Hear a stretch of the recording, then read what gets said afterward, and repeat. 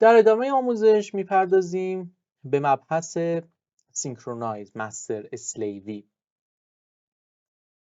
Source of the master axis CN1 in CN1 out CN5 in CN1 out. ببینید برای مستر اسلیوی در سروموتور A2 دو حالت وجود داره. مستر که خب مشخصه، مستر که تنظیمات خاصی نداره چون میتونه سروموتور باشه، هر برندی هر مدلی، میتونه انکودر باشه هر مدلی هر برندی، یا حتی میتونه یک PLC باشه مستر. اسلیو از اسلیو یک به بعده که قضیه فرق میکنه. ببینید اینجا داره میگه که وقتی که مستر هست، الان مثلا اینجا محور شماره 1 من مستره، محور شماره 2 اسلیوه. میخوام محور شماره 2 محور شماره 1 رو فالو کنه. میگه و محور شماره 3 به بعد اگه داشتم.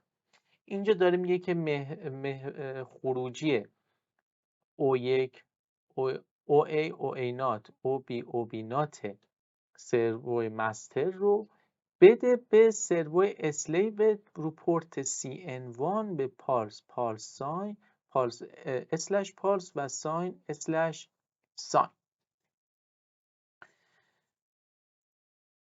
که وایرینگش میشه به این شکل. تو پورت CN1 ما انکودر اوتپوتمون این پایه ها هستن و پالس اینپوتمون این پایه ها هستن. یعنی ما میتونیم انکودر اوتپوت سروی مستر رو بدیم به پالس و ساین سرو اسلیو تو این تا اینجا. میگه حالا اگر بخوای این پالس دریافتی رو، پالسی که توسط پالس و ساین دریافت کردی، دقیقاً همین رو منتقل کنی به خروجی انکودر، چون این OA OA0 اینها به صورت دیفالت خروجی انکودر سرو هست، یعنی خروجی 1,280,000 پالسه. این به صورت دیفالت روی اون خروجیه. میگه حالا اگه میخوای که این خروجی منتقل نشه بلکه بیاد هر آن چیزی که در ورودی دریافت کردی به همینم منتقل کنی، بیا پارامتر P174 رو قسمت بیش رو بذار بر روی 2. چرا؟ چون میخوای که مثلا چند تا اسلیو داری، میخوای همه اسلیو ها دقیقاً همین رو ازش پیروی کنن. میگه این چیزی که از این گرفتی اومده اینجا، با این پارامتر میتونی بریزیش رو این، دوباره این رو دادی به این، دوباره از این همین کارو میکنه تو بعدی.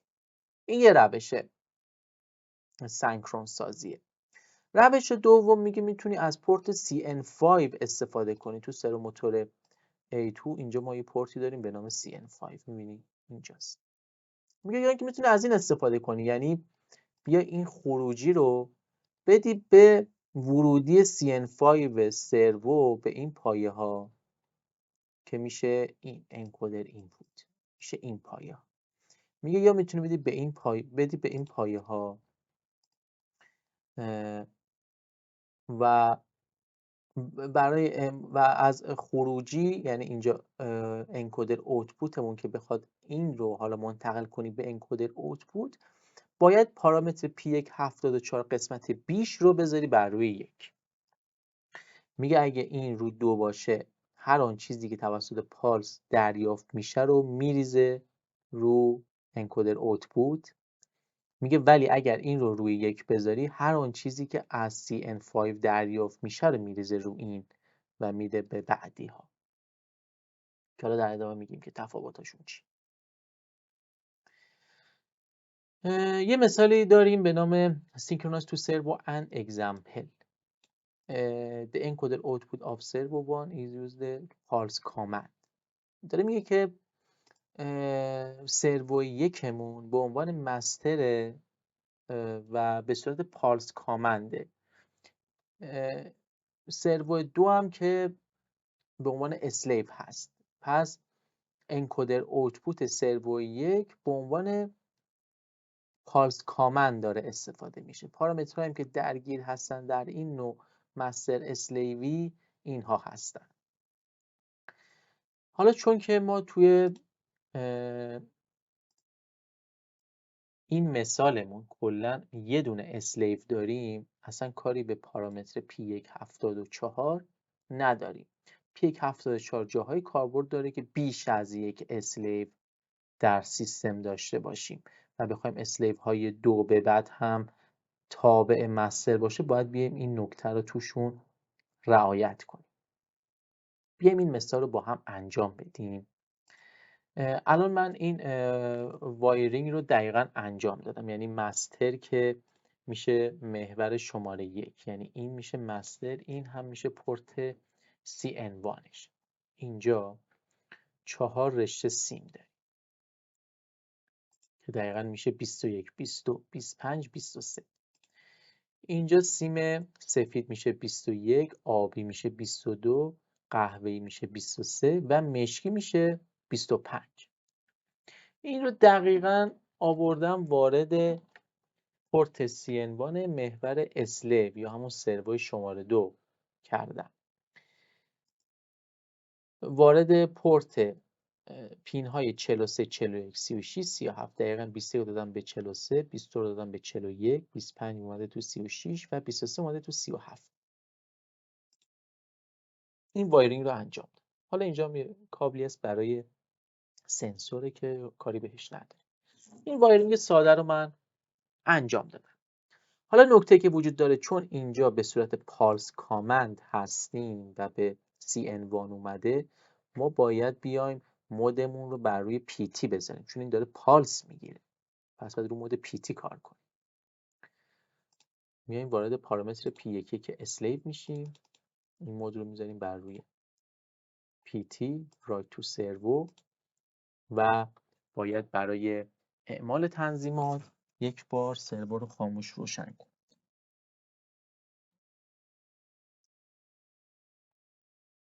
خب سرور خاموش روشن شد و آماده است. خب قبل از هر چیزی بریم ابتدا یه تستی بگیریم، مطمئن بشیم که آیا این وایرینگ درست هست یا نه. میریم سراغ قسمت مانیتورینگ. اینجا یه بحث مانیتورینگ داریم که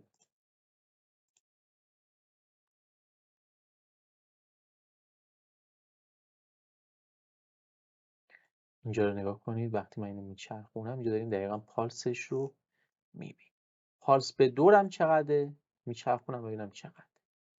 پالس به دورم 100,000، یعنی به ازای 100,000 پالس، به ازای 100,000 پالس دریافتی، سرو من یک دور میزن.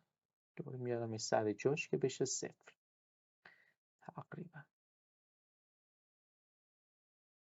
تقریبا 0. حالا میخوام، من اومدم پالس اینو دادم به این دیگه، یعنی خروجی CN1 رو دادم به ورودی CN1 اون یکی. اومدم این خروجی رو دادم به این ورودی. خب این ورودی باید ببینم واقعا داره پالس میاد یا نه دیگه. میتونم چکش کنم. میام اینجا سلکت مانیتور رو میزنم و میام پایین، اینجا این تیک رو میزنم و میام اینجا دنبال گزینه پالس کامن CNT چنج رو میزنم و سیو میکنم. میام اینجا، این میشه پالس کامن دیگه، این میشه پالس کامن CNT. خب حالا میام اینجا، حالا محور پایینی رو بخوام بچرخونم، نگاه کنید پالسش رو دارم میگیرم. حالا من یه علامتی روی این میزنم که یک دور مثلا این یه علامتی باشه، ببینم یه دورش چقدر داره به من پالس میده. اینجا یه علامتی میذارم.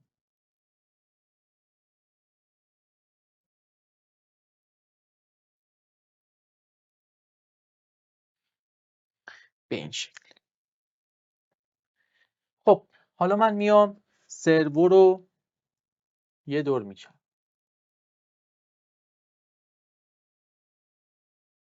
چه عددی به من داد؟ این یه دور 2500 پالس به من داد. پس دور بر پالس این میشه چی؟ میشه 2500. به کجا مربوطه؟ به این پارامتر مربوطه. این پارامتر چی میگه؟ من الان اینجا به محور اسلیو متصلم، ولی خب چون این پارامتر رو تغییر ندادیم به صورت دیفالت هست، مستر اسلیو الان یکی.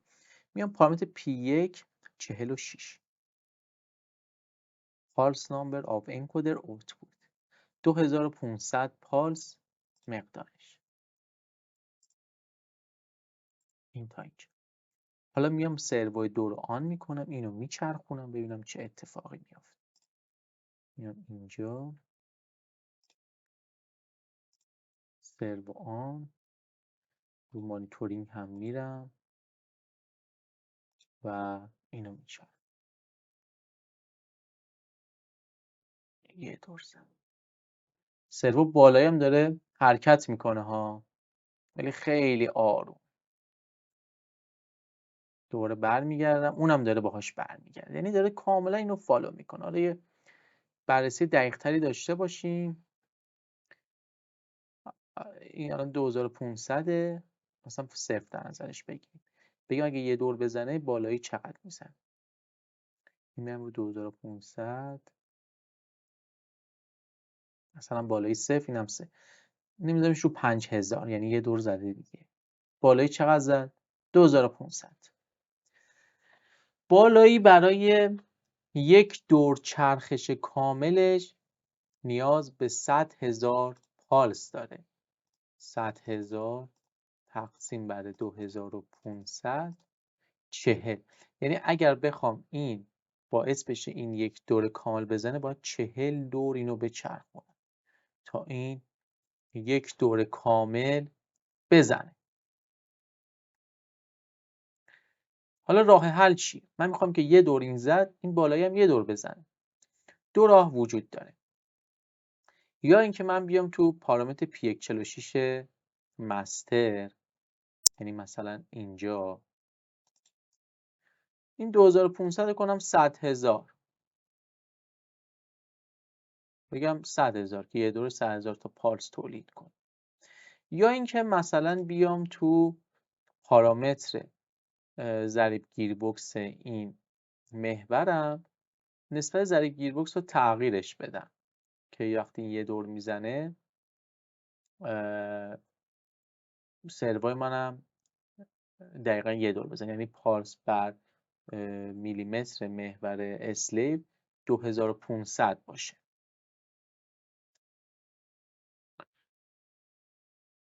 برای این کار که بخوایم ضریب گیربکس رو تغییر بدیم، باید سراغ یه فرمولی بریم. این فرمول میاد ضریب گیربکس رو بر اساس پالس درخواستیمون برای ما تعیین میکنه. اینجا میگم خب یک دور ضرب در 1,280,000 میشه، تقسیم بر 2500 پالس. میگم میخوام 2500 پالس بدم یه دور بزنه که ضریب گیربکس هم چند باشه، n به m هم میگه 512 بذار صورت، مخرج رو بذار 1. خب میام این کار انجام میدیم، شد 512 عددمون. میام اینجا سرو آف میکنم، اینو میارم اینجا، اینم اینجا قرار میدم، وارد پارامتر میشم، P144 رو میذارم 512 به 1 رایت تو سرو، میام اینجا و این کار انجام میدم. و حالا میام اینو میچرم.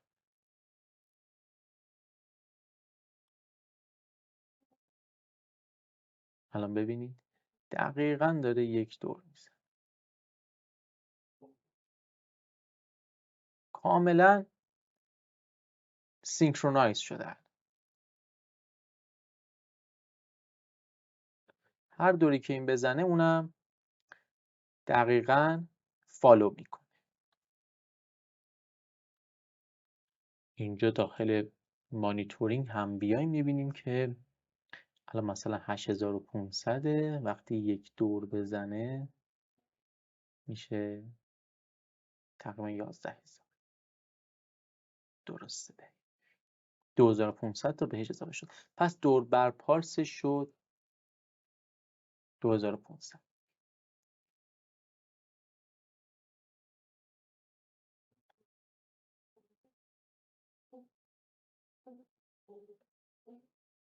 خب این از این. پس ما میتونیم اینجوری دو تا محور رو با هم سینکرونایز کنیم،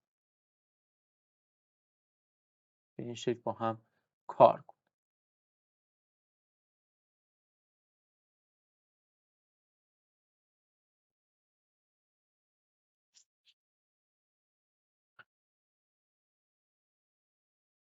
حالت بعدی چه حالتیه؟ حالتیه که ما بخوایم از طریق پورت CN5 بحث سینکرونایز رو انجام بدیم، یعنی خروجی اوتپوت مستر رو که برابر همینه هیچ فرق نداره، فقط تنها تفاوتش اینه که اینجا پالس زد رو هم داریم، چون اینجا ورودیمون پالس زد رو میگیره، دقیقا یک انکودر لاین درایو رو ساپورت میکنه. اینو میدیم به CN5. خب چون بحثمون تو CN5 کمی متفاوته، من مجدد این پارامترهایی که تغییر دادیم رو به حالت دیفالت برمیگردونم. این رو همون 128 به 10 میذارم که رو اونم بتونیم تفاوتش رو ببینیم. رایت تو سر. خب پس این تا اینجا یا میتونستیم اینو تغییرش بدیم یا اینکه بیایم تو پارامتر پی 46 مستر 2500 کنیم 100000، یا اگر 128 به 1 بذاریم دور بر میلیمتر اسلیو میشه 10000. اینجا میذاریم 10000 و اون یه دور میزنه.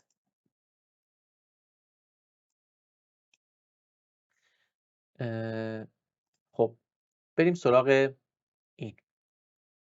برای این کار نیاز بدون سوکت DB9 داریم، یک سوکت 9 پین که بتونیم اون رو لحیمش کنیم و ازش استفاده کنیم. خب اینجا من این سوکتی رو آماده کردم، یک سوکت DB9، یک سوکت 9 پین هست. اومدم پین های مربوطه رو ازش استفاده کردم، 1 2 3 4 5 و 6 7 8 تا سیم آوردم بیرون که حالا هر 8 تاش قابل استفاده نیست. میام اینجا میبینم که 1 2 3 4 5 6 تا نیاز دارم. بقیه‌اش مربوط به ولتاژ که اگه بخوام از انکودر استفاده کنم به اونها نیاز میشه. اگه بخوام از سرو استفاده کنم به اونها نیازی نمیشه. دقیقاً OA رو میدم به یعنی 21 رو میدم به 4. این رو میدم به 5. B OB رو میدم به B. ناتش رو میدم به B نات، یعنی میدم 25 میاد به 3، 23 میره به 2، زدمونم که 50 میاد به 9 و 24 میاد به 1. دقیقاً 6 رشته سیم نیازه که من اینجا 6 رشته سیم آوردم بیرون از همین پین اوت هایی که اینجا بود. این که میشه این سمت، یعنی این سمت میشه این، و این سمت هم که الان وصلش میکنم به این پورتمون و ببینیم به چه شکل میشه. خب من خروجی مستر رو متصل کردم اینجا و اون سرش هم که پورت DB9 وصلش میکنم به CN5 اسلیو به این شکل. الان خروجی پالس مستر که محور شماره 1 هست متصل شده به ورودی پالس، در واقع ورودی انکودر CN5 در اسلیو. خب این از بحث وایرینگ. نکته که وجود داره در این سیستم ما باید در مورد PR باشیم، چون اینجا دیگه بحث لاین درایو و بحث موشن مطرح میشه و باید مودمون رو تغییر بدیم به PR تا بتونیم از این امکان استفاده کنیم. برای مود PR قرار میدم و سرور رو آف و آن میکنم.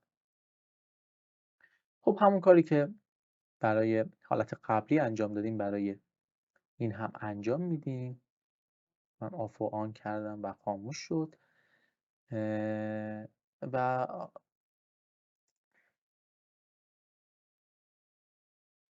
مجدد میام داخل سلکت و این بار میام سلکتی باش کاری نداریم، اینو میام تغییرش میدم، میذارم به Auxiliary Encoder CNT. این به معنای پورت CN5 Auxiliary Encoder CNT رو شما هر جا دیدید یعنی اینکه دقیقا همین پورت CN5 هست. ورودی انکودر سیو رو میزنم و میام اینجا.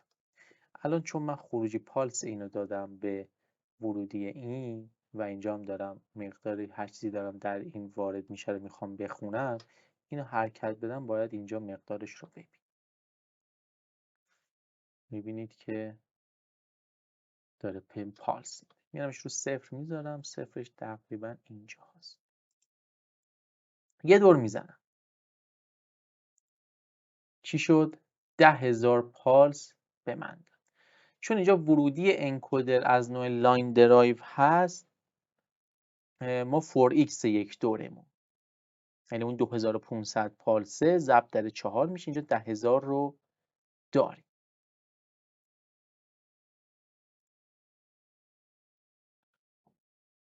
به این صورت.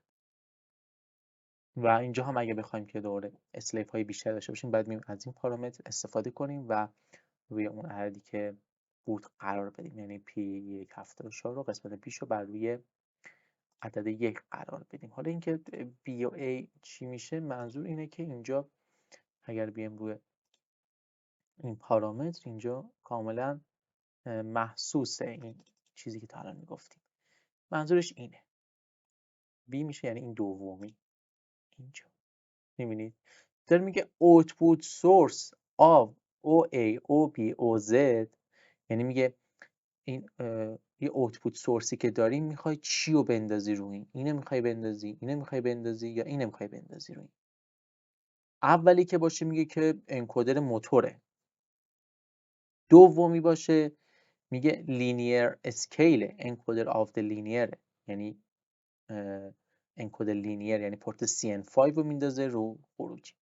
میگه اگه 2 باشه اون دیگه کامن اینپوته، پالسی که وارد CN1 شده رو میندازه رو خروجی. 3 حالت داره. منظور اینه.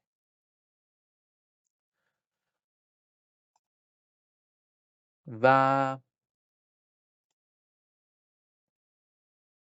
تا اینجا دیگه نکته ای نداره. ما 2 تا وایرینگ سینکرونایز رو توضیح دادیم. این وایرینگ بیشترین کاورش تو بحث موشنه که در ادامه بهش میپردازیم.